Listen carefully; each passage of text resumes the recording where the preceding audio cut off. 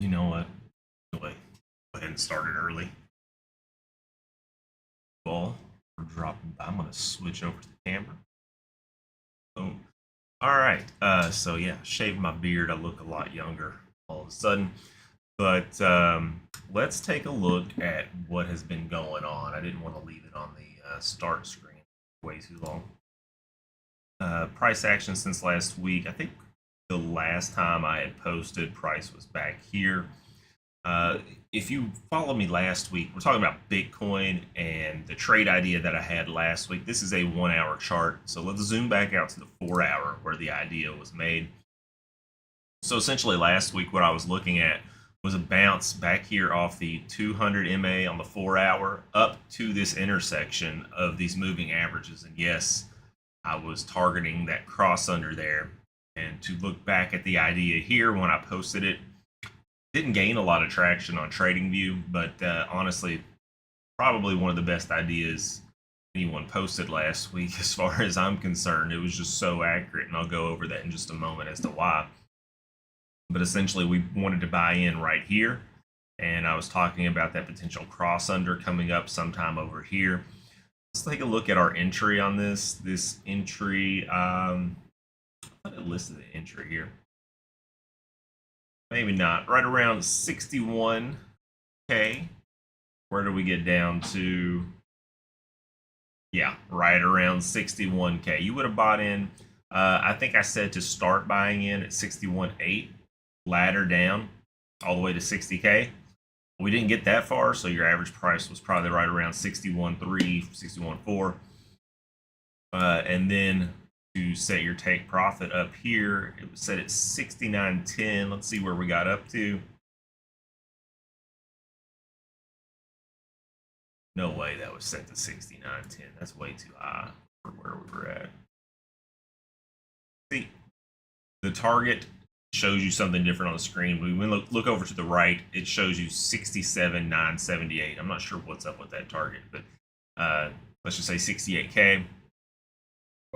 Back over here. Yeah, so we pretty much tapped right at 68K. You would have been in the wicks on your buys, in the wicks on your sells. You had a perfect entry and exit and a quick trade, and that's exactly what we were looking at last week. A quick trade in and out of Bitcoin. I listed the reasons. I listed the entry method. I listed just about everything. It was an easy one to predict as far as I'm concerned. All of my TA lined up on this. This is great. All right, so the other thing we really took a look at last week were the Bitcoin ETF flows. And if you haven't already taken a look, this is my X feed. I was going to show you. There's a company called Farside, and I shared this earlier, but this is a list of all the ETF flows. Let's see, let's in just a little here. I know my head's kind of in the way down here at the bottom, but let's take a look at the red numbers are outflows. Black numbers are inflows to the particular ETFs, and we've been talking about this for a while, that a lot of the GBTC has been shuffling around and moving into other ETFs. It's kind of pretty obvious, especially when you take a look at, let's say, excuse me, when you take a look at last week, look at the huge outflows. So the 18th through the 22nd last week, huge outflows and net outflows for the entire week. But you'll notice the inflows on BlackRock significantly lower. So it makes you think something has changed in the last week in regards to the ETF flows, and something is different. There's probably some sort of different motivation behind the selling on GBTC. Now, it appeared, like I said, that a lot of the outflows were getting kind of redistributed, and people were just moving their funds from one ETF to another to capture discounts and fees. Last week, it looked like they were just selling. These could be liquidation events. You could be looking at something like where they're being forced to sell. Somebody who holds GBTC is being forced to sell because these are huge outflows, and the money isn't going right back in on other ETFs as it was before. These are pitiful numbers. Now, one point that I wanted to bring up about these numbers, and one thing I was careful to watch, if you look at the 20th of March, I'm pretty sure that's when the FOMC meeting was with Powell. And one thing you'll know if you have been around people or you've watched trading channels, they like to be risk off for news events. So with them talking about potential interest rate cuts and very important news like that, you'll see that a lot of times volume drops significantly until the news gets leaked. Once the news comes out, volume picks up, and once it's officially announced, it really picks up. But you'll notice this last week, it was as if volume decreased because they knew news was coming. On the 20th, it came, volume increased. And then on the 22nd, I wish I could tell you why on Friday it was so low as far as the inflows on BlackRock. This is tiny. I think it might be their smallest inflow ever on BlackRock. It's just something to keep an eye on. We'll see how things do today with BlackRock. Let's go ahead and take a look at IBIT, though. See how they're doing.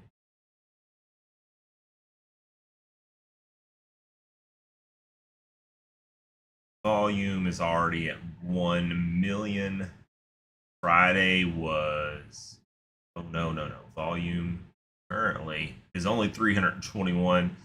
But honestly, that's a third of the way to 1 million, and it's only 9:50 in the morning. So we got plenty of time in the day to at least match Friday. But look how low Friday's volume was compared to recent days down here.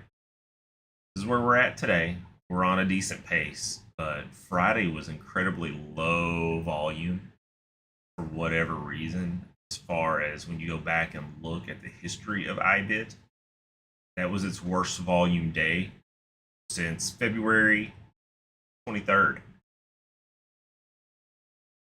And honestly, one of the worst days it's ever had.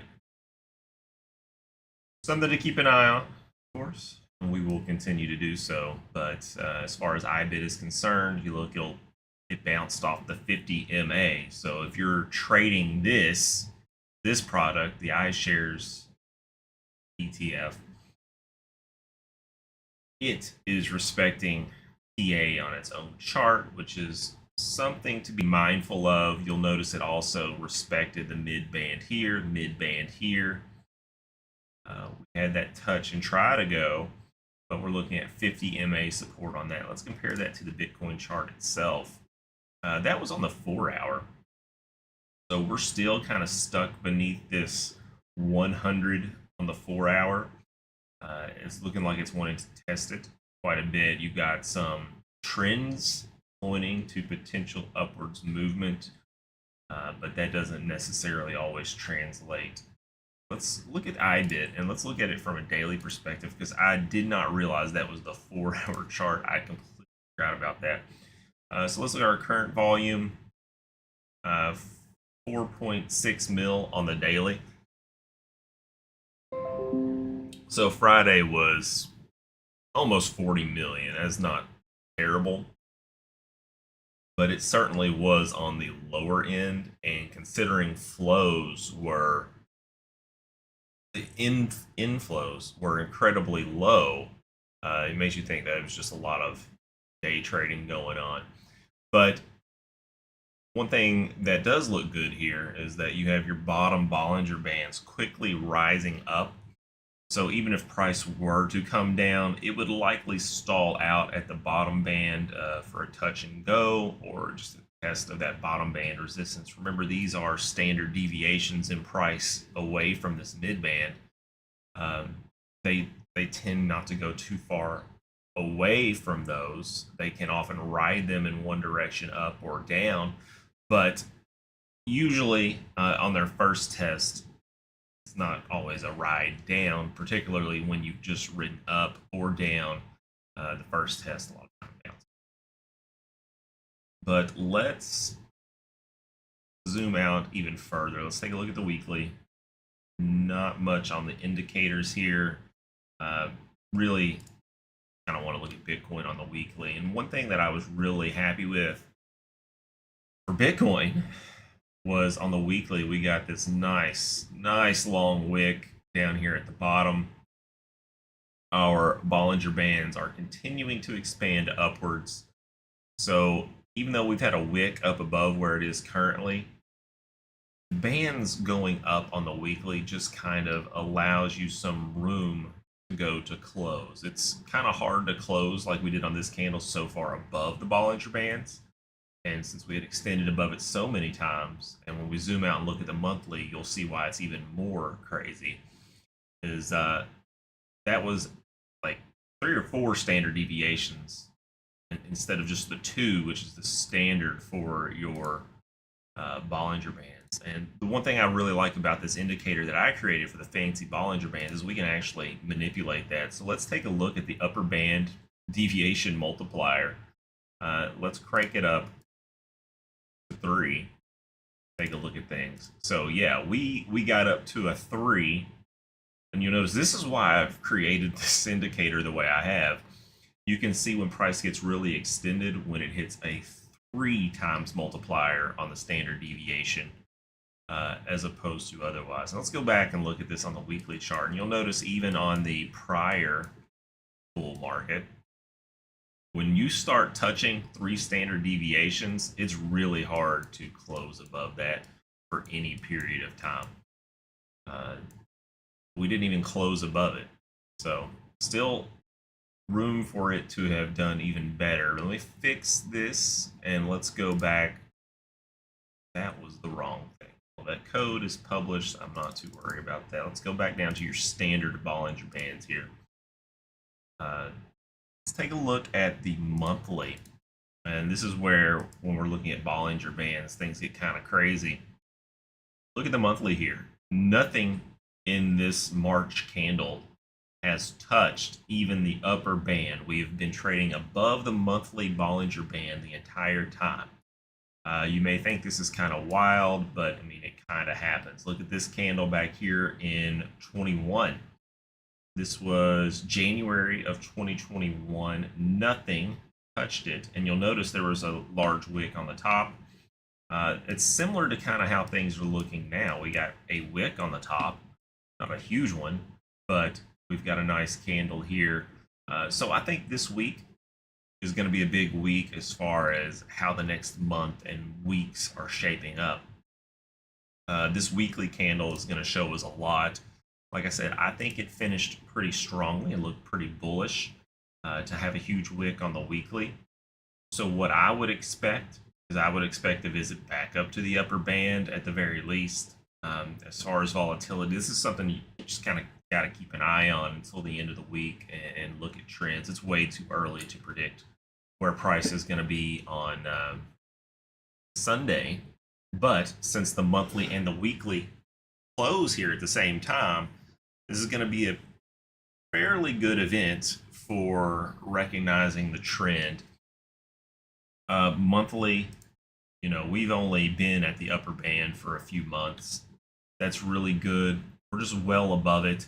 And then when the new month starts, where will this new band be? Just kind of follow it up here.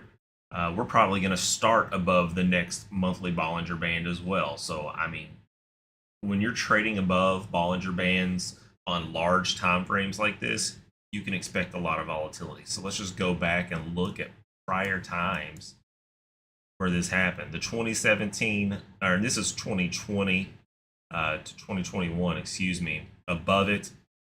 There wasn't actually a ton of volatility. There were some drops in price. Let's look at the weekly on that one. Let's go back. So yeah, there wasn't a ton of volatility until you got to the corrections, and there was very big movement. So you're looking at weekly candles back here. These would be big weekly candles even now.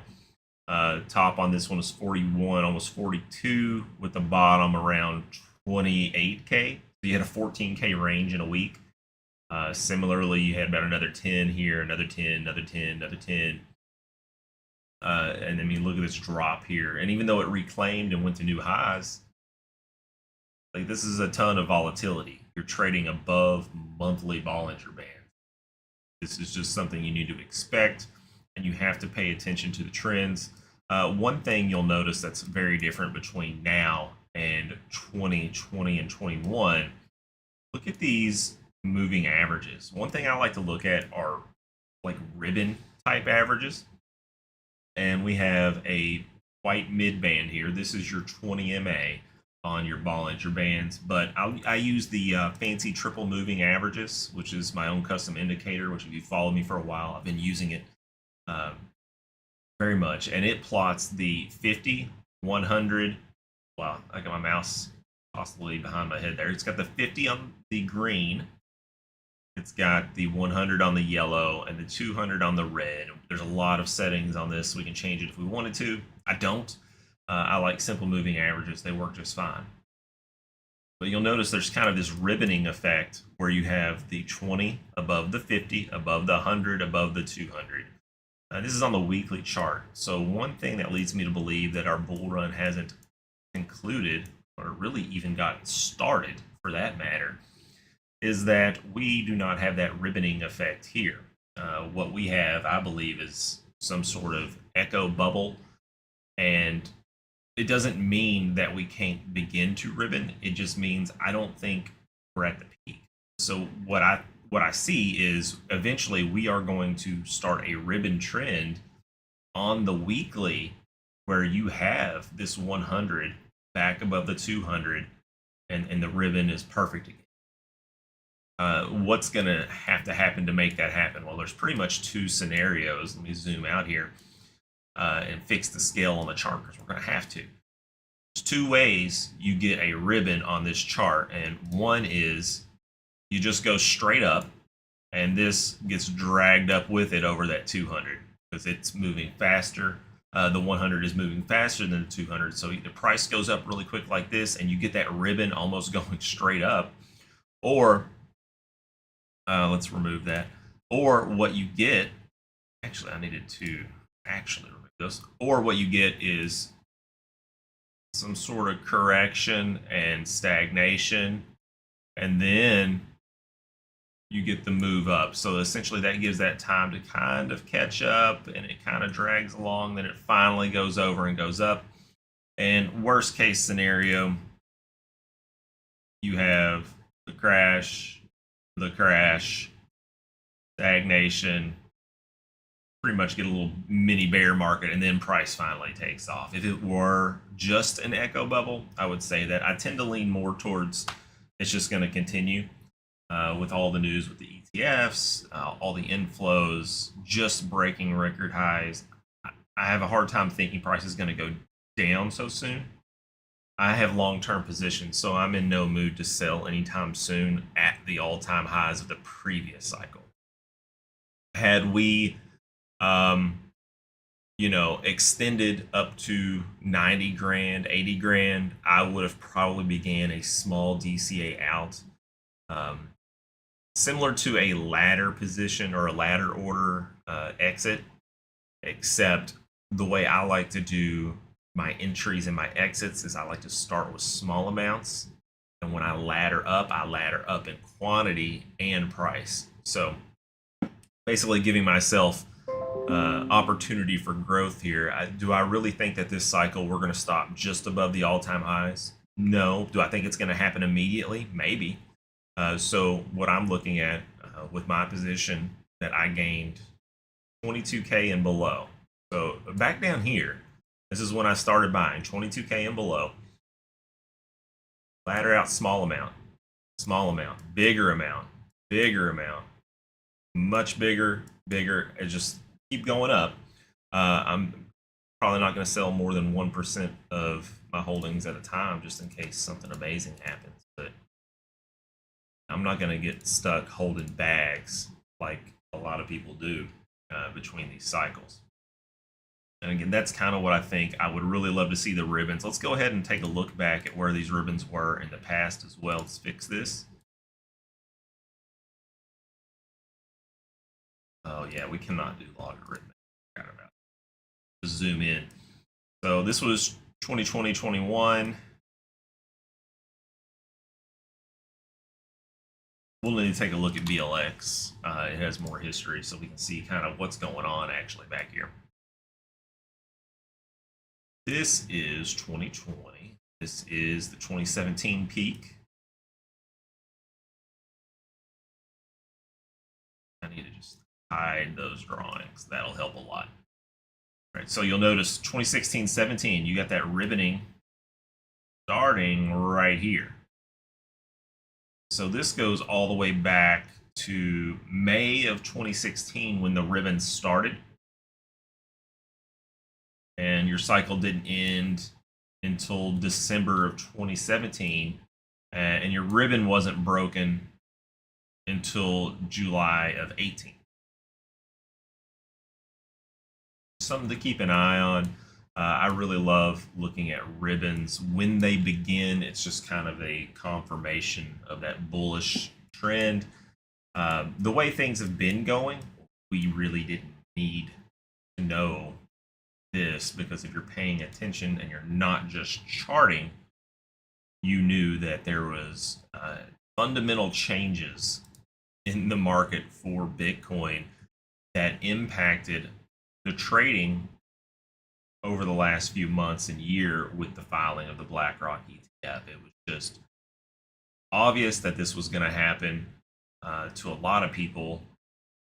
There's a lot of non-believers who'll tell you otherwise, but if you're in Bitcoin, you kind of had the suspicion that this would happen. Now, I don't think anybody really expected inflows like this, but again, a lot of that's just shifting from one ETF to another, but nobody really expected such large inflows. Now, we do still have some liquidation events out there that we need to keep in mind. One thing, so there's a lot of lawsuits, and if you don't follow lawsuits when it comes to the crypto space, you're going to be kind of out of the loop, and you can potentially make some badly timed trades or some poor decisions. So for example, price is very well elevated compared to what it was before. Let's say we get news that, on this big sell-off, this was because somebody found out there's going to be a huge liquidation of why can't I think of the word? I am really struggling right now. Anyway, so like GBTC, that was one we kind of knew about, and it was kind of taken care of. But bankruptcy, there we go. I don't know why I couldn't think of the word. So some of these bankrupt firms from the last cycle that are still going through these court proceedings, they're going to have to sell to cover their creditors and their debtors. So if you know that there's going to be a huge liquidation event coming, you would sell off. But there's a lot of Bitcoin out there that has to be sold. I know the US government has some Bitcoin that needs to be sold. There are some bankruptcies that occurred from the past cycle where they had Bitcoin that needs to be sold. I'm not really paying too much attention on who all of these are. I just know that there's a lot of Bitcoin out there that has to be sold, which could really kind of hinder all of this progress on price gains. Now, if you weren't here at the beginning of the stream, take a look at that idea I posted last week. Worked out perfectly. I'm going to see if I can come up with any ideas, or at least something to look for ideas on the Bitcoin chart. But let's go ahead and let's take a look at kind of happened since last week. This was, again, where we talked about that idea. Price went exactly where we thought it would.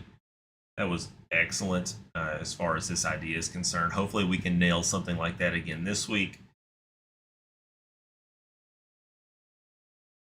I like to retweet, so if you're not following me on Twitter or X, you really should, because some of the retweets that I give you are of important information that I find important for me making my decisions. Now, I post some nonsense here and there, but this was pretty important. Grayscale is down from over 600,000 Bitcoin to around 330,000 in 2 months. What is their strategy here? Are they milking the cow for as long as they can? Will they let their fund bleed out to 0 Bitcoin? Obviously, they're going to have to do something to keep Bitcoin in there so they can continue to generate fees. Now, they kept their fees at a high rate because they knew they would get a lot of money from where they held pretty much all of the equivalent Bitcoin ETF on the opening day. They had like all of it. Since they were a conversion, they converted what they had into the ETF. They had a huge stockpile of Bitcoin, and they knew they were going to collect a lot of fees on people who didn't want to sell, who didn't want to have to worry about taxes and their capital gains.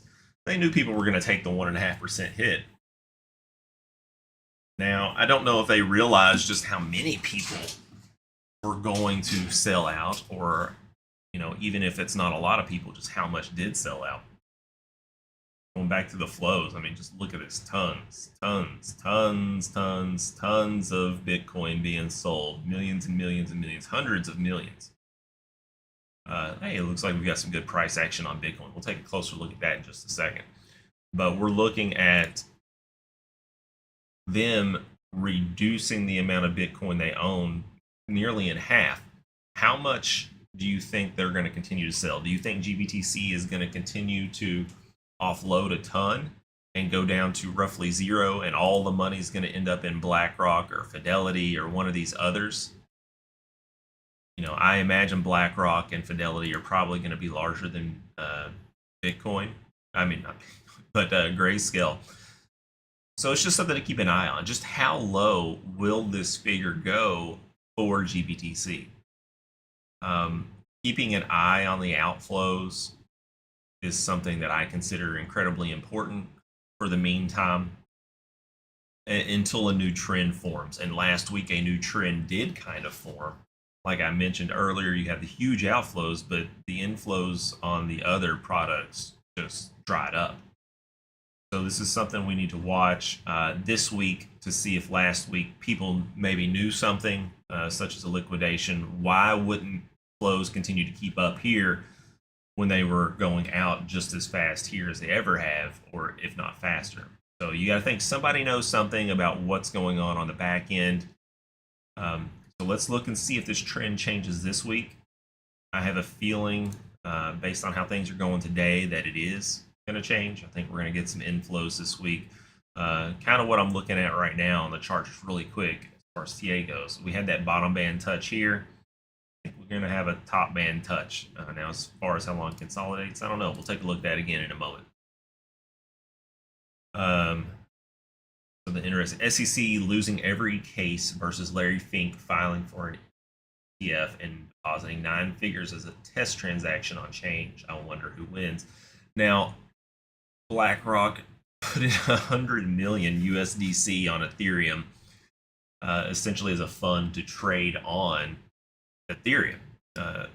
So just mind-blowing, huge amounts of money from BlackRock placed on Ethereum. So if you think Ethereum is going to fade away, or these big institutions aren't going to eventually get an Ethereum ETF approved, I doubt it. Now, will the Ethereum ETF be approved in May? Like it could be. I don't know. That they're knowing Gensler, they're probably going to come up with some reason to try and delay it again. Maybe make this cycle all about Bitcoin. Let BlackRock make tons and tons of money, and then open the door after this cycle to other coins and tokens for the next cycle down the road. Another thing I like to look at here, Wolf of All Street, Scott Melker. I don't really watch his show, but I do know he does a lot with divergences, and I really like to follow him on Twitter because he does a good job of calling them out publicly, which is good. And we talked about that bullish divergence back here potentially forming. That is when your price continues to go down after a dip, get that second dip, but on your indicators pretty much go sideways or back up some, create a higher low on your indicator, but a lower low on your price. Those are usually good opportunities to buy. And considering this happened, at the bottom Bollinger Band on the daily and the 200 4-hour MA, it was a pretty good confluence, and that's something I also like to look for is confluence. And the news also hit last week that Ethereum is under investigation by U.S. state authority. Essentially, they just said that the SEC is trying to come up with a reason to declare them as a security, and thus they would not be approved for an ETF. So just something to keep your eye on. Again, all of these legal and political things. I know it's not fun and it's kind of boring, but these are things you have to pay attention to if you're going to be in this for the long haul and if you want to diversify. Now, Bitcoin, it looks pretty clear that it's good to go. Now, all these other things, they still have to get some more clarity, and Bitcoin needs some more clarity as well. But I mean, it's looking really good. Oh yeah, and we talked about some of these flows could have slowed down for de-risking from the FOMC meeting. And that's something to keep an eye on. Again, we talked about this earlier in the stream, but as you approach big events like that, where they're talking about potential interest rate cuts or hikes, a lot of times you'll see a lot of positions get closed out. So that could mean selling or that could mean buying into an event, close out positions. And then that means like the day before, the day of, liquidity's really low, and then volume picks up after the news is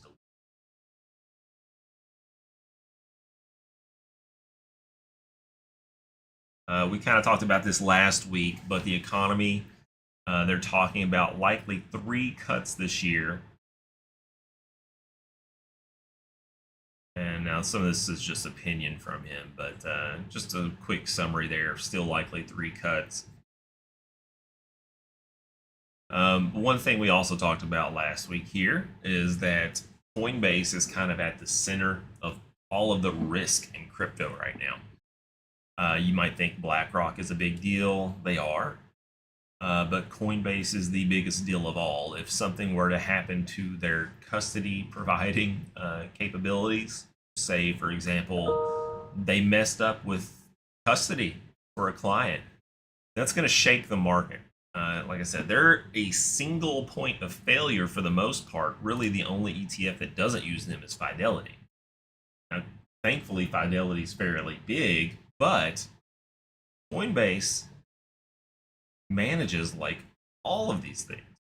If faith in Coinbase gets shaken, it's going to be ugly for crypto. So that's just something to watch. And Coinbase very well could be the next FTX in the sense that regulators and lawmakers, if they're looking for somebody to blame, it would very well be Coinbase. Continuing to talk about the outflows there.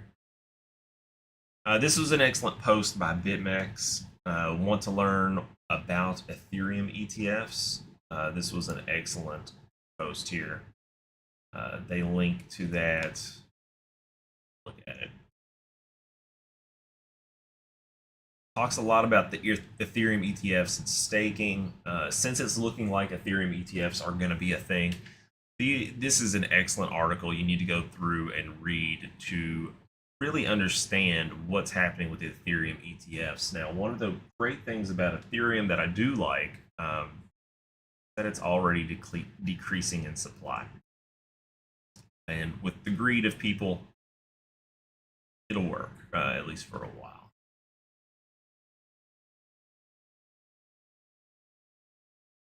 So here I reposted this idea where they called out that bottom touch on the Bollinger Bands and that kind of double bottom on this indicator with the potential for the divergence. Again, we just talked about that earlier. Scott Melker pointed out the potential divergence down there. This person's talking about the touch on the bottom Bollinger Bands. If you had followed me, you would have heard me also reiterate about that touch on the bottom bands.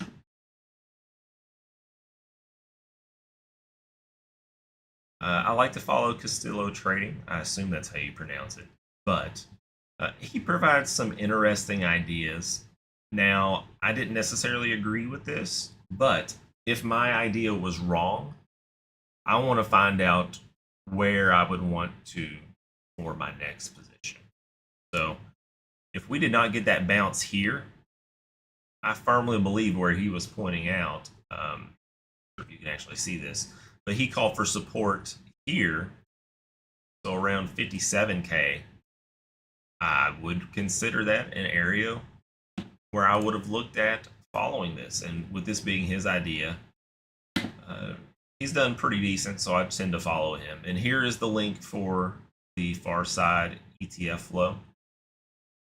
I really recommend bookmarking this and saving it. All right. Don't make decisions during the weekends. Usually lower volume and fake outs. Daily has us at horizontal and diagonal support. So after the kind of pullback here, he mentioned there was horizontal support. There is on the daily chart. You can see it right here. There was also diagonal support. And he drew a line from here to here to here. And he was correct. And price continues to move up. I can't wait to look at the shorter time frames on Bitcoin in a moment.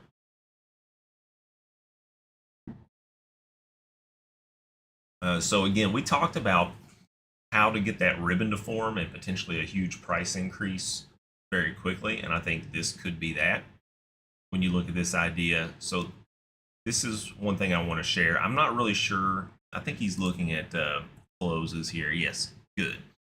So he's actually using the candle data correctly here to create a line for a potential target. I'm completely fine with this. And again, it's one of the reasons why I would like to DCA out slowly. Even though with price going up like this, we're probably going to get a very big, very quick correction. And we don't know if this will be the top for the cycle or not, but it's definitely going to be a resistance. And it's interesting that it could be timed so that this trend acts as resistant at 100,000, while that is a huge psychological barrier as well.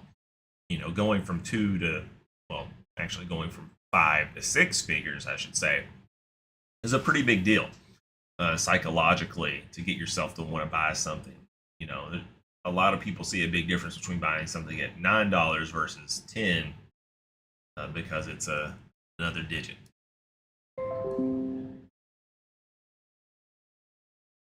So this was something interesting. I just thought it was neat. But essentially, they're building these. Wow. So they're building these servers with mobile phones, with just pretty much the mobile phone circuit boards in them, so that they can do click fraud and view fraud and things. These are just interesting computer builds. That's all. But let's see, where else are we going? Nothing. That's it for the week. All right. So we talked about the idea. We talked about the ETF flows. If you haven't already done that. Go ahead and take a look at these things, rewatch the stream, go back into it when it's on demand. I'm going to try and cut some things out and post some videos from the stream content. But let's take a look and let's do some TA. Bitcoin is pumping. That is amazing. All right. We already kind of talked about the weekly and monthly, but let's take another look at that. Monthly. I'm gonna walk through all of this again as far as the TA is concerned right now for everyone who wasn't here earlier. Now, the monthly TA started above the Bollinger Bands here, and that's not a big deal. It just tells us we can likely expect volatility. The trend, look, you're going to have a crossover on this mid band over the 50. So that's a good sign that things are looking up. We only have 6 days left in the month. That coincides with the next weekly close on Sunday. So since you have 2 points, 2 time scales closing together, those are pretty important. Something to keep an eye on. Likely a lot of volatility heading into them. Now look at the weekly chart. I mentioned earlier, we do have some strong buy signals here with a huge wick, in my opinion. I would kind of expect for price to come up at least to the upper Bollinger Band and maybe a little bit above. So way too early in the week to say where we're going to finish, but it's looking good for now. And I already mentioned this in the video, so you can scroll back and look. But I'm looking for price to come up here to the upper band and see where things might drop eventually. Let's zoom back out to the monthly and see where we would possibly expect to close. So if we close at the upper band, you got a nice even amount of wick on the bottom and the top, bullish continuation. I mean, things are still looking great if we close out strong this week. Let's look back at the weekly, show you this. We kind of expect price to at least test 71.6. Take a look at the daily. Where's 71.6 on the daily? That's just right here. So really nothing on the daily to slow it down. So if we do go up and test that weekly and that weekly upper band, I could expect continue to touch the upper band here, even though we may not close that high. Things are looking really good on the daily for some sort of continuation. You kind of have a touch and go. We talked about that when we went over the X post from the last few days. Zoom into the 4-hour. This is brilliant. This is looking really good, actually, on the 4-hour. We're breaking resistance here on the 100 with the 4-hour chart. I mean, there's not much resistance above this as far as horizontal resistance at all. As far as diagonal, I don't really see anything either as resistance on a 4-hour chart.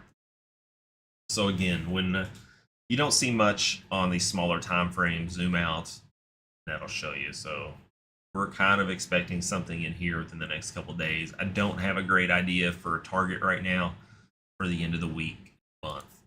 That'll come later. Let's look at the hourly. This is amazing. All right, volume has picked up significantly. This kind of makes you wonder.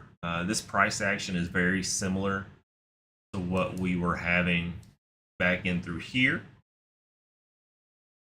where we were having these huge pumps riding up those bands. I think we could possibly expect some good news on the ETF flows for today, considering how things are going thus far. Zoom into the 15-minute. Huge breakout. I assume that means we could likely have small corrections on the 15-minute. It's way above its Bollinger Bands. Look at 5 minutes. Kind of the same deal. Look at buying picked up right at the opening of the trading day on Wall Street. Buying has been pretty intense. Yeah, it's been pretty much straight up ever since the market opened with Wall Street.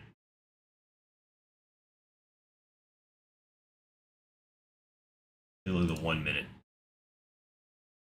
That's very impressive. It's kind of what I'd expect to see. Might get some consolidation around here. You're getting quite a few wicks. But again, you're looking at a 1 minute chart. I wouldn't try to trade just a 1 minute chart. Got an overbought 5 minutes, overbought 15-minute. Further you go out, the less overbought this looks. So keep that in mind. If this is the start of a new trend, which it very well could be, you got to keep that in mind. Now, I had a lot of viewers earlier, don't got a lot now. I'm getting ready to go over some TradingView ideas that have been posted.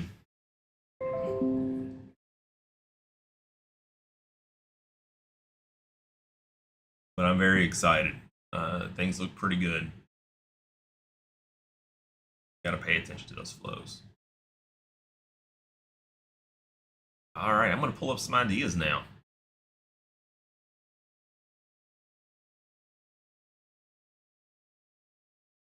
This one will be fun. It's on the monthly.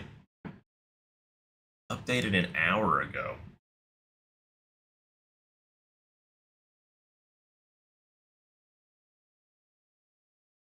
Trying to say it's a speculative bubble.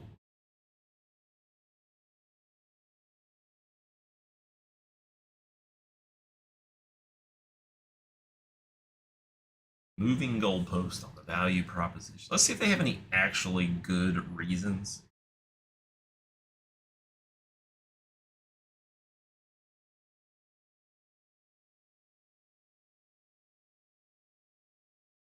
I'm seeing just a lot of speculation on their end, honestly.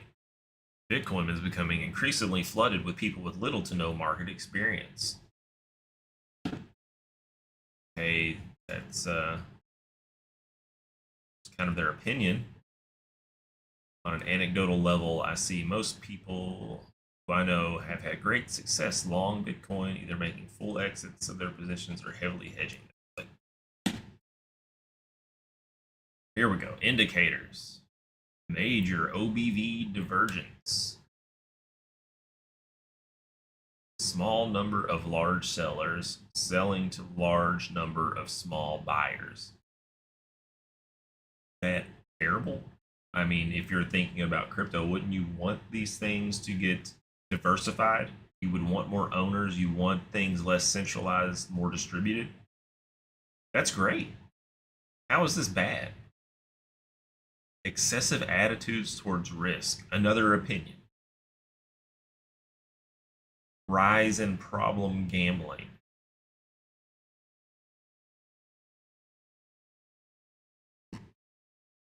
There's a lot of documentation in the journals of health. So I would love to have seen a source on this. I know there used to be a lot of gambling. As far as crypto, yeah, people make gambling tokens all the time. But there's a lot less Bitcoin associated with that anymore.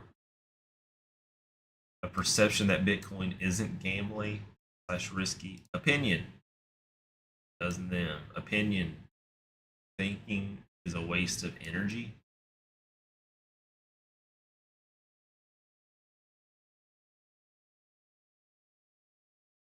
There is literally no basis in reality here. You know, using one indicator is great. I'm glad they tried to justify it. That was interesting, but their overall opinion I cannot possibly agree with because it's just that it's just an opinion. There's no technical analysis. Oh, here's some technical analysis, and guess what? It's bullish. There's only one solid bullish narrative, and it goes like this: it's went up a lot in the past, and because of that, I think it might go up a lot in the future. Like, well, even that is that way. He's not actually even doing technical analysis here. I'm not reading any more of this. That's, this sounds like somebody who's really mad they didn't buy in earlier.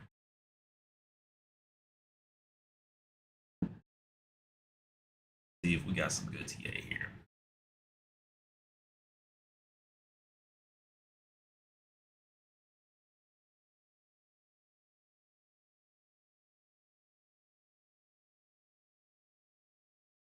And this one's already been kind of taken out. Price did not drop that low again. Of continuing up, we're already up around 69,000 right now. But I do like they. Let's just go on with their idea that things continue to be bullish. And we target 75K. Let's see if they have a continued consolidation.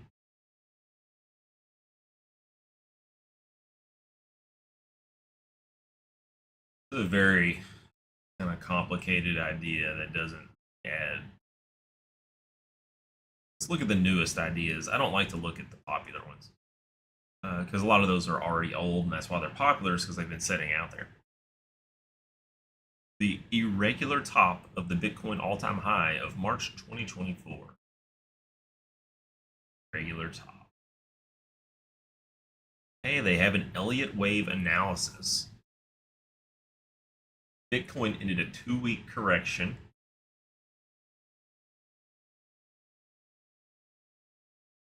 Using Fibonacci's.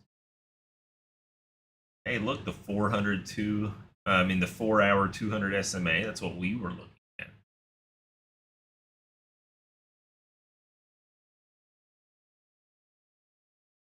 They are going to label March 4th to the 20th as a correction. So March 4th, we're talking about back here to the 20th was a correction. Interesting.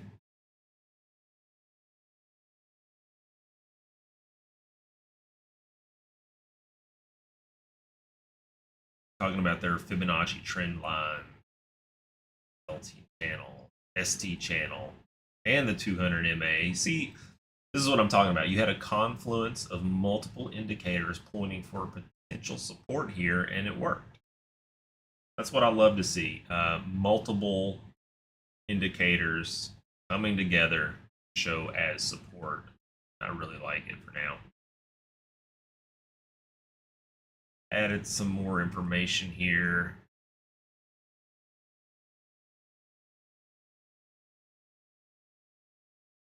Three hours ago,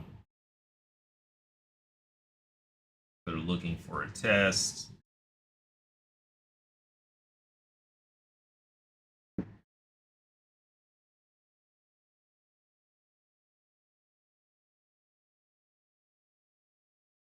Price already broke out. They got their test. Price already broke out. They're calling for 73,000. I like this idea just because they actually had a bunch of TA in it, which is here. There we go.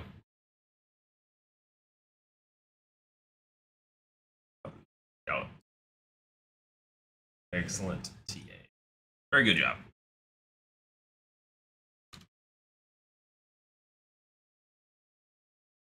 Leave them a nice comment. Take a look at some other ideas. I like this one. They have some good reasons to expect that bullish continuation, like we're kind of looking at. Doge. Let's focus on Bitcoin for now. They got some waves going on.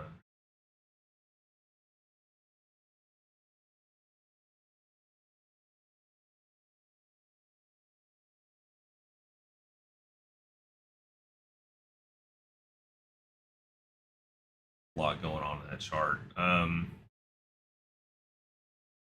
Medium to long term down to 30K. So they're kind of bearish.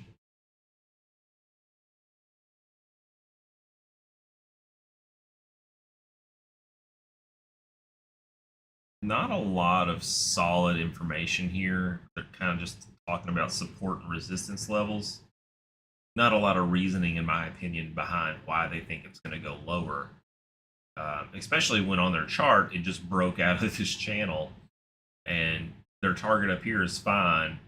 But why wouldn't they acknowledge that the price is likely to consolidate instead of just go straight down? I can't get behind that idea.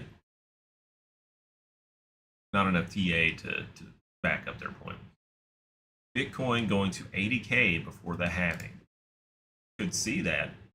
See why. They enter their position back here. Why didn't they post the idea until here? Bitcoin broke the descending triangle and aiming towards 80K in a couple weeks. They have no TA.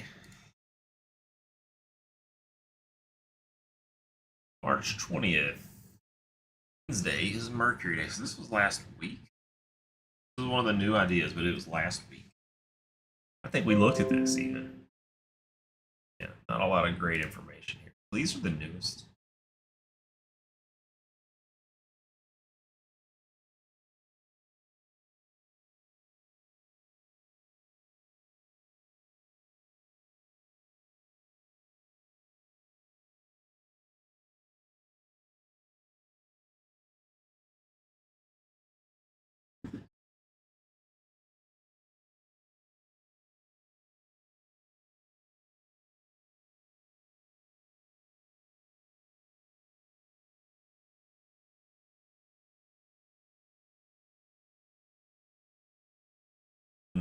Not much TA. They've got a nice channel, I believe. We're already kind of heading back up. And I like this idea of kind of getting rejected and consolidating down a bit and moving upwards. I'm not a fan of this type of Fibonacci at all.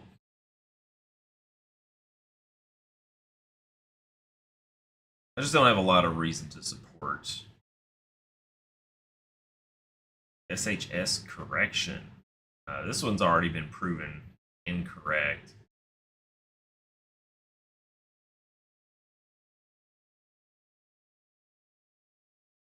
We've already bounced and recovered back up here since then. I do think they had an interesting idea. Like I talked about earlier, had the bottom gave out here on this neckline like they're showing, then yes, this probably would have been a very good idea to look at for future support, in my opinion. I'll boost it. I'm not the biggest fan of the idea, but I think they really... Oh, wait, no, this was posted before the 400, so yeah. Yeah, oh, yeah. That met up perfectly. Their idea was pretty much right on line with the one I posted last week for buying there. So let's follow along here. Oh, he hit his target area just as we did. Drew a channel, has a new channel. Broke out underneath that. Showing some bottoms. Very good. Yeah, he deserved the boost on this one. This was good. I thought he had posted this afterward. That's fine. Cannot read half of what's going on here.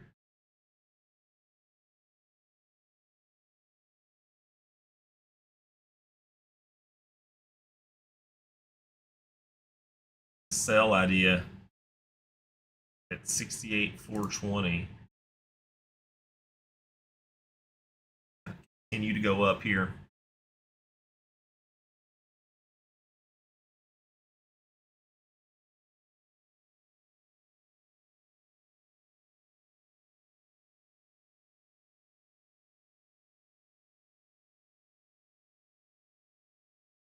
Been a heck of an hour.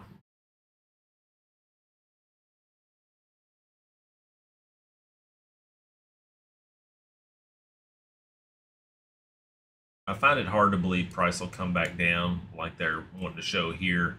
Considering we just broke the 400. Excuse me, no, the 100 on the 4 hour. Excuse me. Not a big fan. Doesn't match what with my TA would likely read. But I think I'm going to call it a day. I have a phone call to follow up with, and I'm going to be posting some more videos. Please, please, please, please, please like, subscribe here on YouTube. But very importantly, please follow on X. Username is BigBits.io. And the probably most important thing is that you're going to get a lot of really good retweets and ideas that I am posting from other people, some interesting information. I don't try to sell you a bunch of stuff all the time. I do want you to come view and hop in on the lives and talk for a little bit and see what's going on. I'm going to try and continue to run these as much as I can. But please, listen to what I have to say. I'm really trying to do what's best for everyone here. I think if you pay attention to the right data, what you've got to do, you've got to filter out the noise. I think you're going to do incredibly well. But that's going to be it for this stream. I really appreciate everybody stopping by. This is one of the better live streams I've had in a while, so I appreciate it. You know, if you came by, that's great. Like, subscribe, follow. You know all the stuff, but I'll talk to you all later. Have a good one. Hopefully be back here tomorrow.